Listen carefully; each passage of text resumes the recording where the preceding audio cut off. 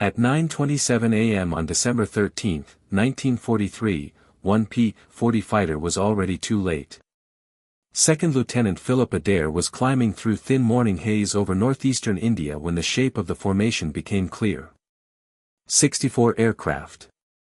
3 miles out. Low. Tight. Moving straight toward Denjan airfield. Adair was alone. Below him, the airfield was awake but undefended. 14 C-47 transports sat wingtip to wingtip, loaded with supplies bound for China. A field hospital held 63 wounded men. Fuel dumps lined the perimeter, enough to keep the Himalayan airlift alive for 11 more days. If bombs hit the field, everything below would burn. Adair's P-40 carried 6.50 caliber machine guns. Enough ammunition for 12 seconds of sustained fire. 12 seconds. The Japanese formation was clean and disciplined. 24 bombers in organized elements. 40 fighters layered above and below them, watching the sky.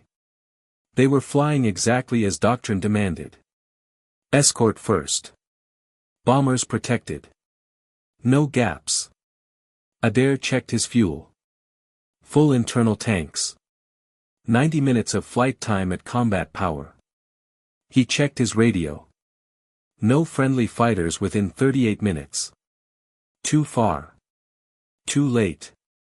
Standard procedure was clear. When outnumbered more than 5 to 1, a pilot was expected to shadow the enemy, radio the sighting, and wait. Survival depended on restraint. This was 64 to 1. If Adair waited, the bombers would reach the field in minutes.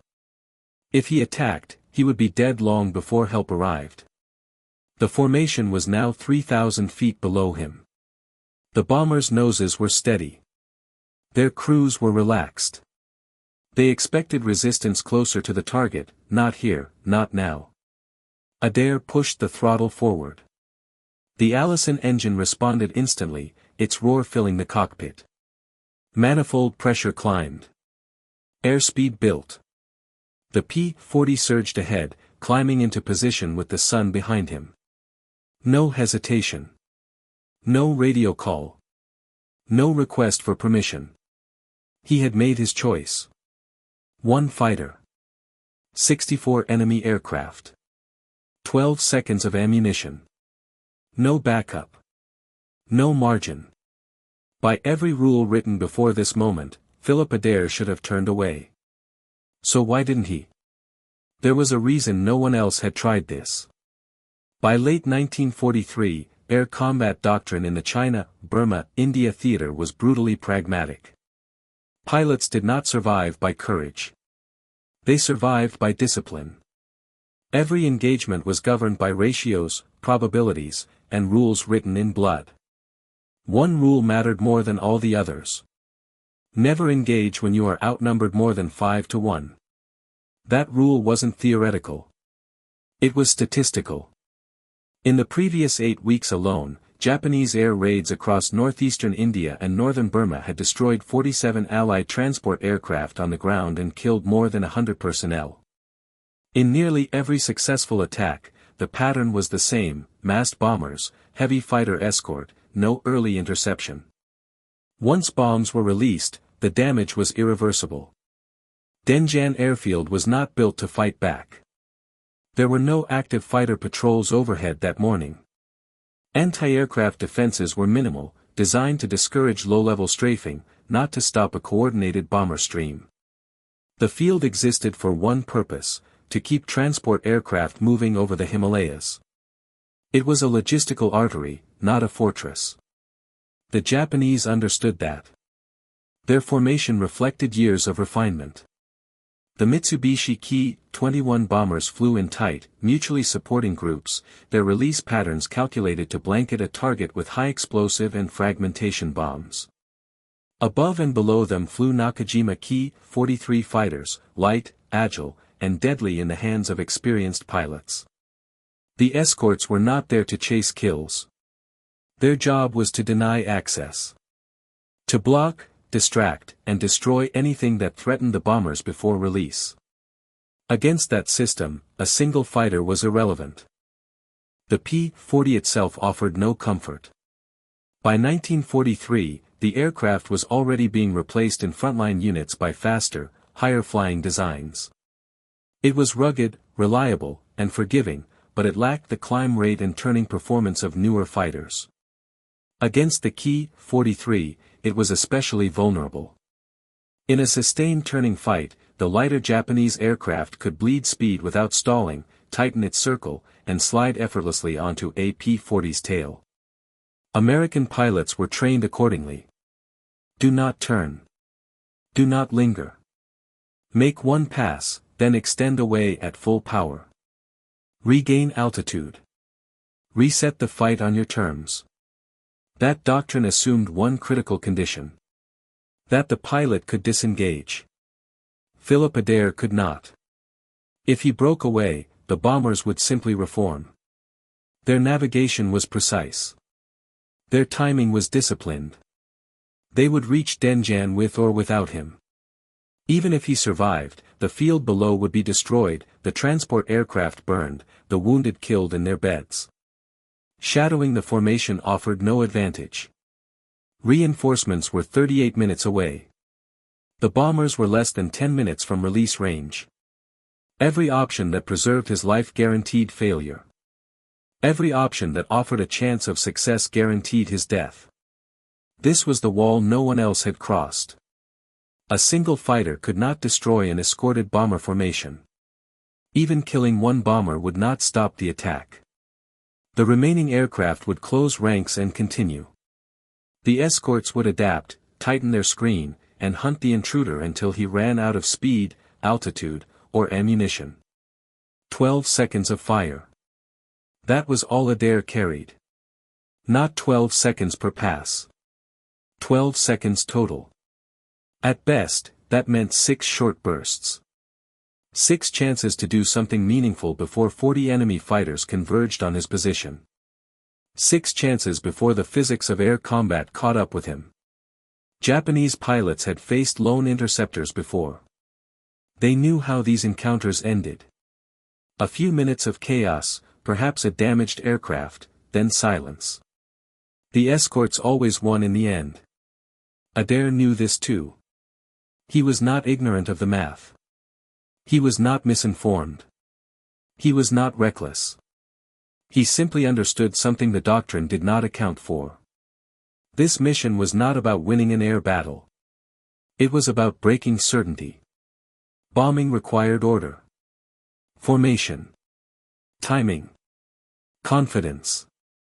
Crews needed to believe that the airspace ahead was controlled, predictable, safe enough to fly straight and steady when the moment came to release their bombs.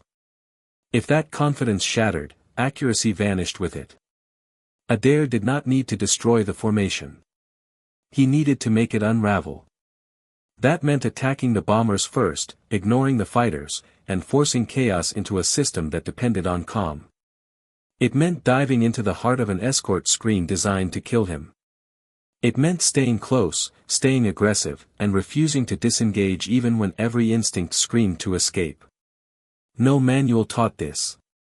No instructor recommended it. Every precedent said it would fail. That was why it had never been tried. And that was why, at 9:27 that morning, one P-40 turned toward 64 enemy aircraft and accelerated. Philip Adair was not the kind of pilot stories were written about. He was 23 years old, with 43 combat missions behind him and no reputation that reached beyond his own squadron. He was not an ace. He was not a flight leader. He was not the man commanders pointed to when they needed a miracle. On paper, he was competent, reliable, and replaceable. That morning, he was simply the only one in the air. The 80th Fighter Group did not assign lone intercepts against massed formations. No one trained for that scenario. No one planned for it. If an enemy raid appeared unexpectedly, the expectation was delay and report, not engagement. Any pilot who attacked alone was assumed to be panicking, misjudging the situation, or trying to be heroic at the expense of common sense. Adair knew how this would look if he survived. He would be questioned. Why he hadn't waited. Why he hadn't followed procedure. Why he'd risked an aircraft and a pilot against impossible odds. If he failed, the answer would be simple. Poor judgment. Recklessness. Another young lieutenant who thought courage could replace math. That judgment weighed on him as he climbed. Adair had flown escort for transport aircraft over the Himalayas long enough to understand what happened on the ground when bombers were not stopped. He had seen burned-out wrecks on airstrips. He had seen empty revetments where C-47s had once sat. He had walked past wounded men who had survived combat only to be killed by bombs while they waited for evacuation. Those memories did not make him fearless. They made him tired. Tired of watching destruction happen because the timing was wrong or the numbers weren't favorable. Tired of the idea that survival always meant disengagement. Tired of rules that worked on average but failed in moments that mattered most. Still, doubt followed him into the dive. He was not blind to his own limitations. He knew the P-40 could not outturn the Oscar. He knew that once the escorts reacted, he would be hunted. He knew his ammunition would vanish faster than the situation could resolve itself. Every calculation told him that the best outcome involved retreat. But retreat meant accepting certainty. The certainty that bombs would fall. The certainty that men on the ground would die without ever seeing the aircraft that killed them. The certainty that he would live with that knowledge. Adair did not believe he was special. He did not believe his skill outweighed the system arrayed against him. What he believed, quietly and without drama, was that in this specific moment, doing nothing guaranteed failure. That belief did not make the decision easier. As he rolled the aircraft into position, his hands were steady, but his mind was not calm. He was not thinking about medals or recognition. He was thinking about time. Seconds. Distances closing too quickly. The speed of the formation below him. The moment when the bombers would begin their final run. He was thinking about how quickly this could all end. There was no speech. No internal declaration. No sense of destiny.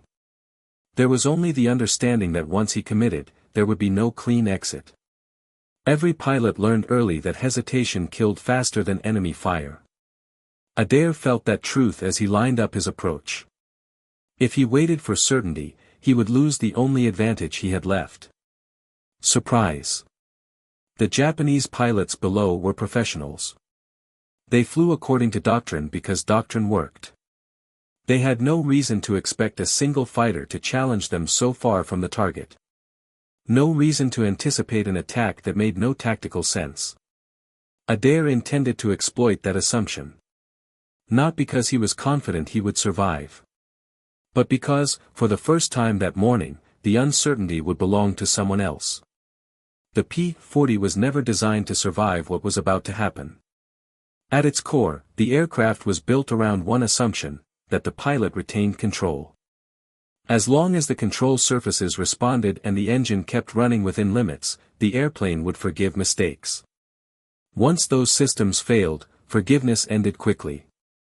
The heart of the P-40 was its engine. A liquid-cooled Allison V-1710, powerful for its time, but unforgiving when pushed beyond design limits. Coolant flowed through narrow passages in the engine block, absorbing heat generated by combustion before passing through a radiator beneath the fuselage. At normal combat power, the system worked. At sustained maximum power, it was living on borrowed time.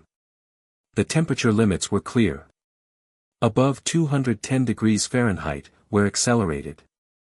Above 230, tolerances tightened. At 250, metal expansion began to outpace lubrication. Pistons scuffed cylinder walls. Valves lost their seats. At 260, failure was no longer a possibility. It was a countdown. Adair crossed that line early. Each dive, each full throttle extension, pushed the Allison harder. He needed speed to survive. Speed demanded power. Power demanded heat. The coolant gauge climbed steadily, indifferent to his intentions. Then came the gunfire. Japanese fighters did not need to destroy the engine to kill him. They only needed to disrupt control. The P-40's ailerons were connected by mechanical linkages and cables running through the wings. One severed rod, one broken cable, and the pilot lost precise roll authority. The elevator system was equally vulnerable. Damage there meant pitch control degraded or disappeared entirely. When rounds struck Adair's aircraft, they did not hit a single system. They hit many, incrementally.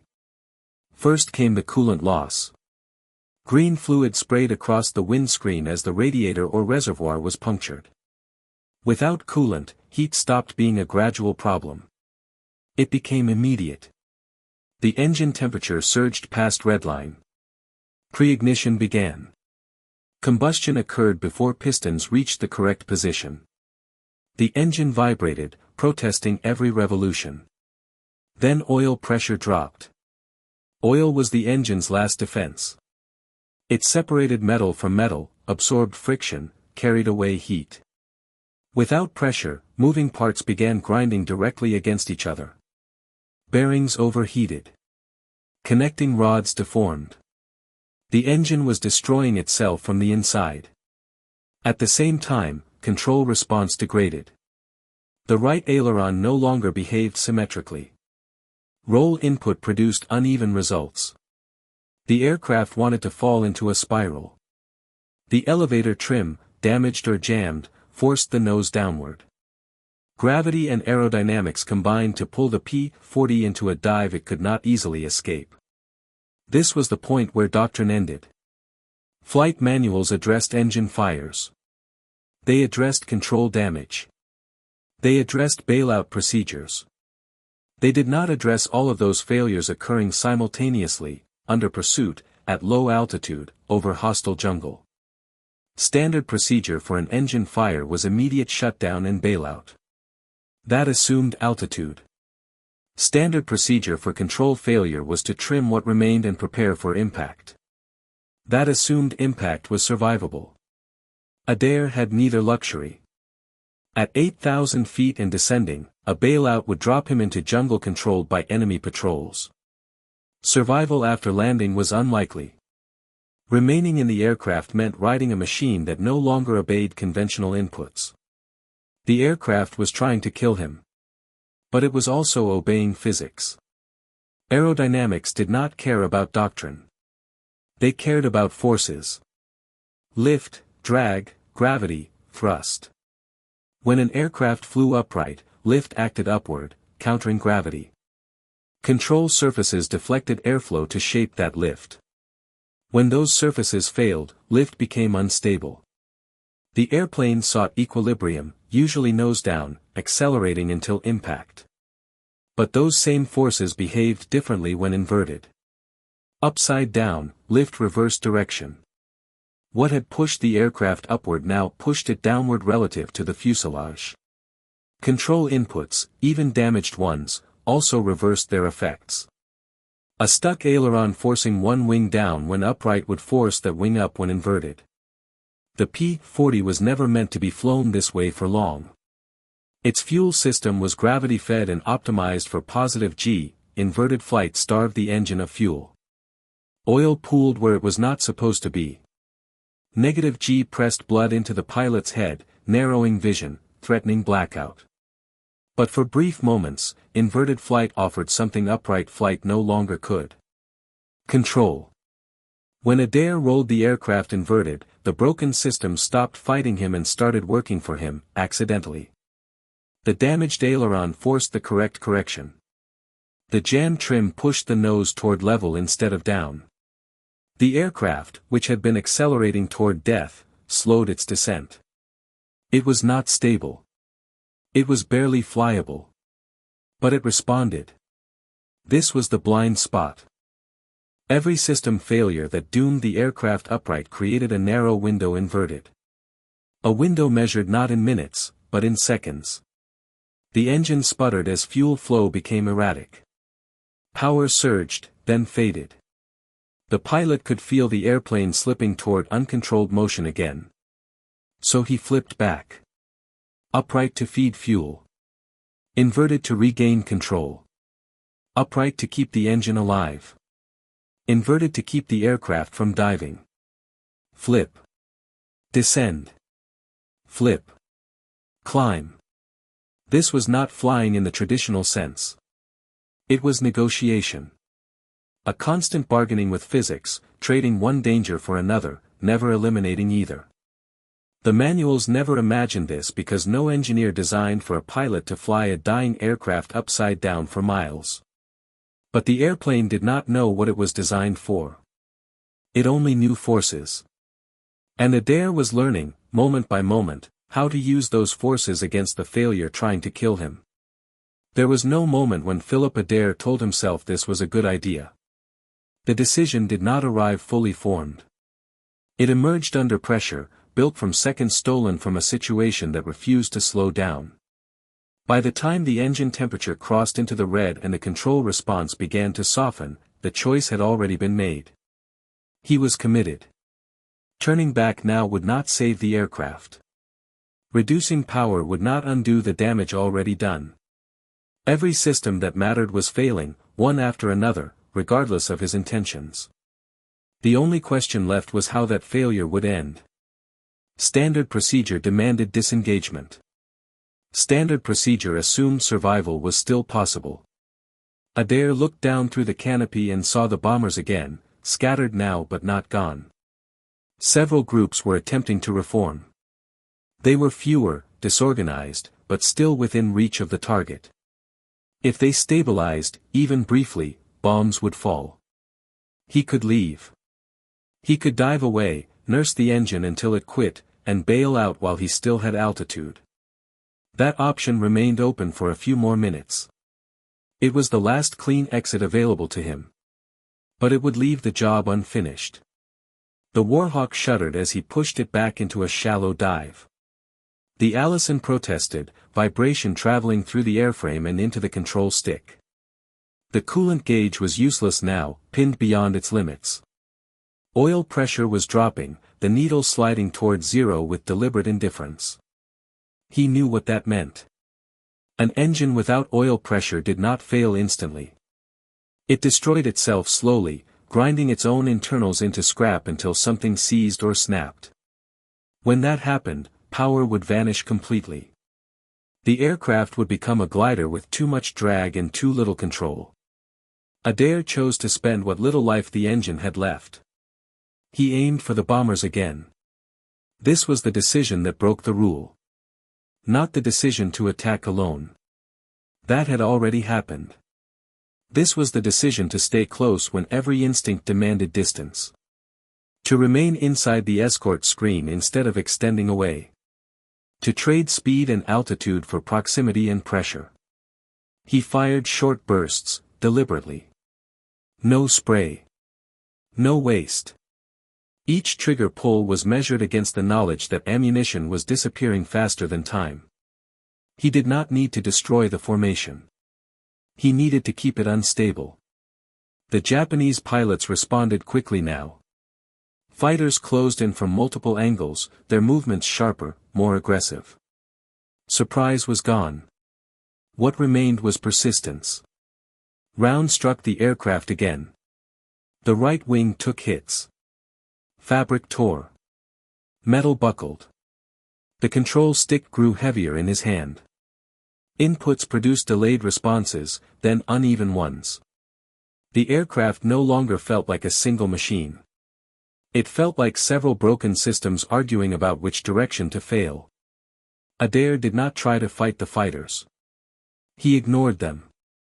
He stayed focused on the bombers, forcing them to react, to evade, to scatter again just as they began to stabilize. Each pass cost him speed. Each pull-up cost him engine life. Each second at combat power shortened the countdown. He was not winning. He was buying time. The difference mattered. Then the fire started. It was not sudden. There was no explosion, no dramatic burst of flame. It began as smoke, thin at first, seeping through seams in the cowling. The smell followed, sharp and unmistakable. Burning coolant. Hot oil. Electrical insulation. Fire in a liquid-cooled engine followed a pattern. If it reached the fuel lines, the aircraft would not remain intact. Adair knew how much time that gave him. Not much. He had crossed the final boundary. Every rule that existed before this moment assumed a functioning aircraft, a functioning pilot, and a functioning plan. None of those applied anymore. The only thing still working was his ability to choose the next action. He kept the throttle forward. He kept the pressure on. He stayed close until the bomber formations finally broke apart and turned away, their attack dissolved into individual retreats instead of a coordinated strike. Only then did Adair turn toward home. The engine was dying. The aircraft was damaged beyond recovery. The fighters circled, watching, waiting for gravity to finish the work. The rules were gone now. What remained was survival. For a few minutes, the situation bent in his favor. Not because the odds had changed, but because confusion had. The bomber formations were no longer clean. They were broken into fragments, groups of aircraft flying close together without the spacing or alignment required for a coordinated release. Some crews were climbing. Others were turning away, unsure whether to press on or regroup. Bombing required precision. What Adair had created instead was hesitation. That hesitation was everything. He stayed high enough to see the bomber's movements but low enough to force reactions. Each time a group tried to reform, he appeared again, diving through their formation with just enough aggression to shatter it. He did not linger. He could not afford to. Speed was his only remaining shield. The escort fighters reacted faster now. The Oscars no longer chased blindly. They anticipated his dives, positioning themselves between him and the bombers, forcing him to maneuver harder, bleed energy, spend engine life he did not have. The sky around him filled with movement, intersecting paths, tracers flickering briefly before vanishing into the haze. Adair could feel the aircraft degrading beneath him. The control stick no longer responded evenly. Roll input to the right required more force than to the left. Pitch response lagged, then surged unpredictably. The P-40 no longer flew cleanly. It wallowed slightly, as if something inside had come loose and was dragging the rest of the machine with it. The engine vibration worsened. At high power, the Allison sounded wrong now. Not a steady roar, but a harsh, uneven growl that transmitted directly through the airframe. Each second at full throttle was shortening the distance between function and silence. He checked his instruments again. Coolant temperature was beyond the scale. Oil pressure was falling. Ammunition was disappearing at an alarming rate. What had begun as 12 seconds of fire was now less than half of that. Behind him, the fighters closed. For Oscars dove in from above, their approach tight and disciplined. Adair rolled left, pulling into a shallow climb to maintain speed. Tracers passed close enough to register as flashes rather than streaks. One burst struck the right wing again, tearing more fabric free, exposing structure beneath. The control response changed immediately. The aircraft rolled slightly without input, a slow, unwanted drift that he had to counter constantly. It was subtle, but unmistakable. Something important was no longer connected the way it should be. He forced the aircraft back toward the bombers anyway. This was the dangerous illusion of control. For the moment, his actions still produced results. The bombers broke again. One group turned southeast, abandoning the approach entirely. Another jettisoned altitude in an attempt to escape pursuit. None of them were lining up for a proper run anymore. On the ground below, Denjan was still untouched. That knowledge mattered. It did not make him reckless. It made him stubborn. He stayed in the fight longer than doctrine allowed, longer than the aircraft was built to tolerate. Each maneuver came with a cost. Speed traded for position. Altitude traded for pressure. Engine life traded for seconds. The warning signs multiplied. Smoke began seeping into the cockpit, faint at first, barely visible against the sunlight. The smell followed quickly. Not fuel. Coolant. Hot metal. Electrical insulation beginning to burn. Then the engine coughed. Just once. A brief hesitation in power output, almost imperceptible, but enough to register. Adair adjusted the mixture instinctively, trying to keep combustion stable. The response was delayed. Uneven. The engine caught again, but weaker. The escort sensed it. Their attacks grew bolder. They pressed closer, firing longer bursts, forcing him to maneuver harder than before. Each evasive move demanded more from an aircraft that had less to give. He could feel the onset of another problem. His breathing grew heavier, but not from exertion. The air in the cockpit tasted wrong. Acrid. Thick. Smoke was no longer just an inconvenience. It was entering his lungs, clouding his vision, dulling his thoughts. Carbon monoxide. The danger was subtle. There was no pain, no immediate alarm. Just a slow narrowing of awareness, a creeping sense that everything required more effort than it should. His hands still moved correctly, but his reactions lagged by fractions of a second. In combat, that delay was lethal. He forced himself to focus. One more pass. Just enough to keep the bombers from stabilizing. He dove again, this time closer than before. Tracers walked across the fuselage of a bomber attempting to hold formation. The aircraft broke away sharply, abandoning the run entirely. The remaining groups followed, peeling off in different directions, their attack finally dissolving into retreat. The mission was effectively over. But the fight was not. As Adair pulled up, the engine surged, then dropped sharply in power. Smoke thickened, rolling past the canopy seams. The vibration intensified, no longer a warning but a symptom. Fire followed. It began beneath the cowling, invisible to him at first, announced only by heat and the sudden, unmistakable smell of burning oil. The aircraft shuddered as if struck again. Power fell further. The control stick went slack for a moment, then heavy. The aircraft began to descend. Not sharply. Not yet. Just enough to signal that gravity was no longer being fully resisted. The escorts did not attack. They circled above him now, confident, patient. They had seen this before. A damaged aircraft, losing altitude, smoke trailing behind it. They did not need to rush. Time was doing their work for them. Adair was still alive. The aircraft was still flying. But control, the fragile thing that had held the situation together, was slipping away. The moment Adair turned for home, the P-40 stopped pretending. The engine was still running, but it was no longer an engine in the way pilots understood the word. It was a wounded machine producing just enough uneven thrust to delay the inevitable. Smoke poured from the cowling. The cockpit air grew thicker, sharper, hostile. He should have shut it down. That was what the procedure said. Fire meant shutdown. Fire meant bailout if altitude allowed. Fire meant you saved the pilot, not the airplane. But the jungle below him was not an emergency landing field. It was green and endless and full of places a man could disappear and never be found.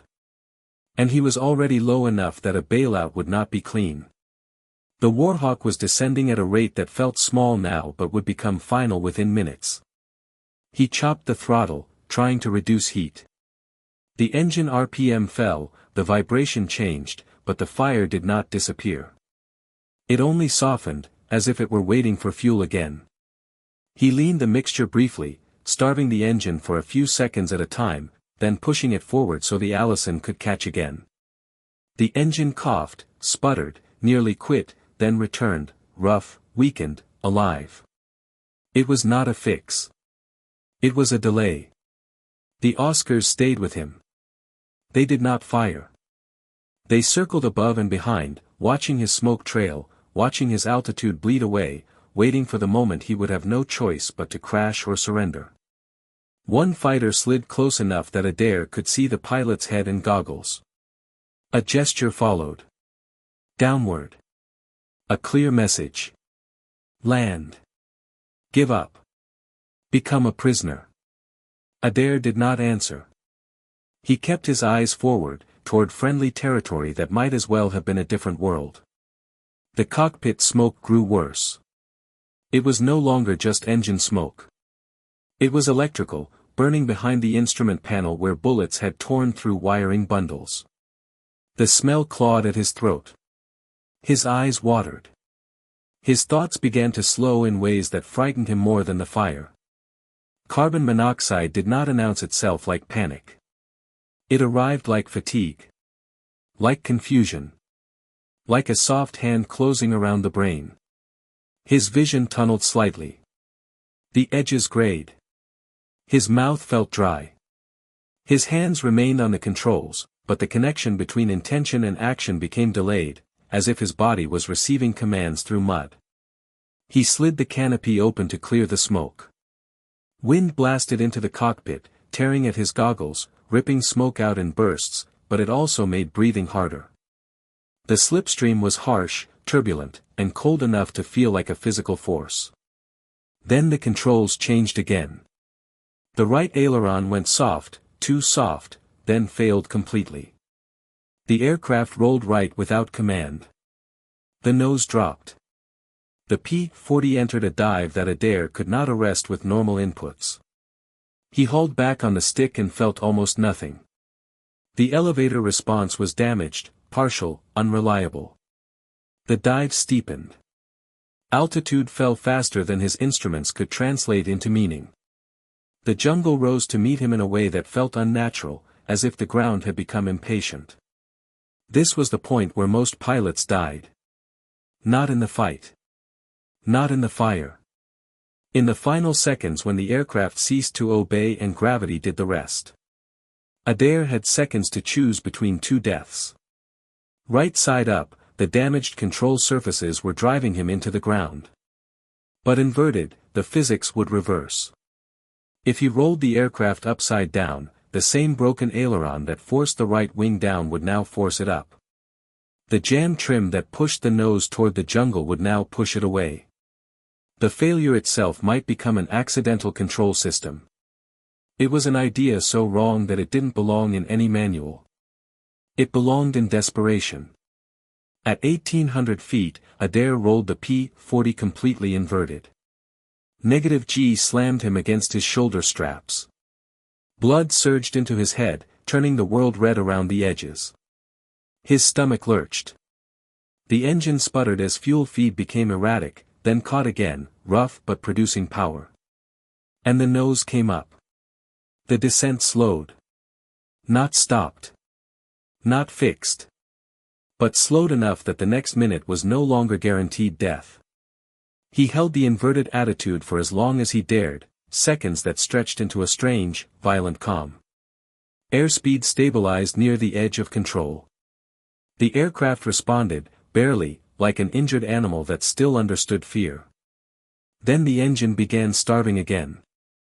He rolled upright to let fuel flow properly. Immediately the damaged controls pushed him back toward the dive. Altitude bled away. He waited until the descent accelerated, then rolled inverted again to claw back a few hundred feet. Flip, climb. Flip back, descend. Flip, climb. It was not graceful. It was not sustainable. It was a rhythm of survival measured in altitude gained and altitude lost. He was not flying toward home in a straight line. He was staggering toward it, fighting the aircraft's failures with repeated reversals, like a man pulling himself forward by his fingernails. Above him, the Oscars watched. For a moment, one dove closer to inspect, perhaps expecting to find a pilot out of control, moments from impact. Adair saw the fighter drop in and made the only move he could still control reliably. He rolled upright directly toward the Oscar, forcing a collision geometry that demanded the Japanese pilot break away. The Oscar peeled off. The second followed. The escort decided, quickly, that this wounded American was unpredictable enough to be dangerous. They turned east, toward Burma, leaving him with the sky and his failing machine. Adair continued the inverted upright cycle for miles. His fuel gauge still showed usable fuel, mocking him. Fuel was not the problem. Oil pressure was gone. Coolant was gone. The engine was running on friction, momentum, and whatever microscopic film remained on metal surfaces that had no business moving anymore. Every second it continued to run defied mechanical logic. Then Nagili appeared ahead. A strip of runway. Rivette positions. The geometry of safety. But a new problem arrived immediately. Landing gear. The P-40's gear system was hydraulic, driven by engine power. The engine was barely producing anything. Adair reached for the gear lever. Nothing. No movement. No drop. No reassuring thump. Without hydraulic pressure, the gear would stay locked up. And a belly landing, with fuel still aboard and fire damage already present, could turn the aircraft into a torch the moment it hit. He needed the gear down. The manual hand pump was his last option, 28 strokes to build enough pressure. But he couldn't pump with both hands and fly at the same time. The controls were too damaged. Releasing the stick would invite the dive again. So he improvised. He loosened his lap belt, wrapped it around the control stick, looped it through the seat frame, and cinched it tight to hold the stick near neutral. It was crude and unstable, but it bought him seconds. He grabbed the hand pump with both hands and began pumping hard. 5 strokes. 10. 15. The cockpit shook with each movement, his body fighting smoke, -G hangover, and exhaustion. At stroke 23, resistance increased, pressure building. At stroke 28, he heard the sound he needed. A heavy mechanical thump. The left main gear locked. Then the right. Drag increased immediately. Airspeed fell. The Warhawk sank, now heavy and wounded, gear down but still alive. The runway was ahead, close enough to reach if the engine held together for just a little longer. And then it quit. The propeller windmilled, then slowed. The engine sound vanished, replaced by wind and a thin whistle of air over damaged metal. The P-40 became a glider, and it was a bad one. Too much drag. Too much damage. Too little control. The runway was close, but not close enough. After surviving 64 aircraft, after surviving fire, smoke, poisoned blood, and broken controls, he was about to die short of safety. That was when the last insane idea returned. Inverted. One more time. At 1,800 feet, 1 mile short of the runway, Philip Adair rolled the P-40 inverted for the last time. The aircraft was no longer flying in any conventional sense. It was gliding on damaged wings, landing gear extended into the slipstream, control surfaces barely connected to intention. Inverted, the drag changed. The descent slowed. Not enough to feel safe, but enough to reach the concrete ahead. Blood rushed into Adair's head again. His vision narrowed, then blurred. Carbon monoxide and -G worked together now, compressing time, dulling edges, stealing seconds of consciousness. He held the inverted glide as long as he dared, watching the runway approach from an angle no pilot was trained to see. At 200 feet, 300 yards from the threshold, he rolled upright. The damaged aileron forced the right wing down immediately. He countered with everything he had left, pulling and correcting, fighting the airplane rather than flying it. The nose wanted to drop. He forced it up. The elevator responded partially, enough to matter. The runway rushed beneath him. He crossed the threshold too fast and too steep. There was no chance for a textbook landing. The P-40 dropped the last 90 feet in 4 seconds. The main wheels hit hard, compressing the struts completely. The tail slammed down. Metal shrieked. The right main gear collapsed, the wing dropped, and the aircraft ground-looped violently, spinning in a shower of sparks and concrete fragments before skidding to a stop. Smoke billowed from the engine compartment. For 12 seconds, Adair did not move. Then he released his harness, stood, and climbed out onto the wing. His legs failed him. Ground crew reached him before he fell, pulling him clear as fire crews rushed in. The engine was destroyed.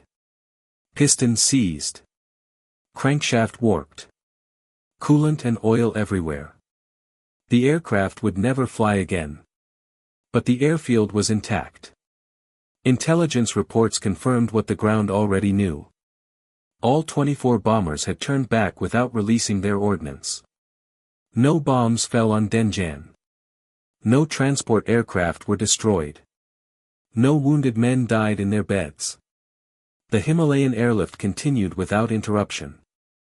3 days later, doctors examined Adair and found carbon monoxide levels in his blood high enough to cause unconsciousness. He had flown the final 11 minutes of the mission in a state that should have made coordinated action impossible. On January 8, 1944, he was awarded the Silver Star. The citation spoke of gallantry and determination.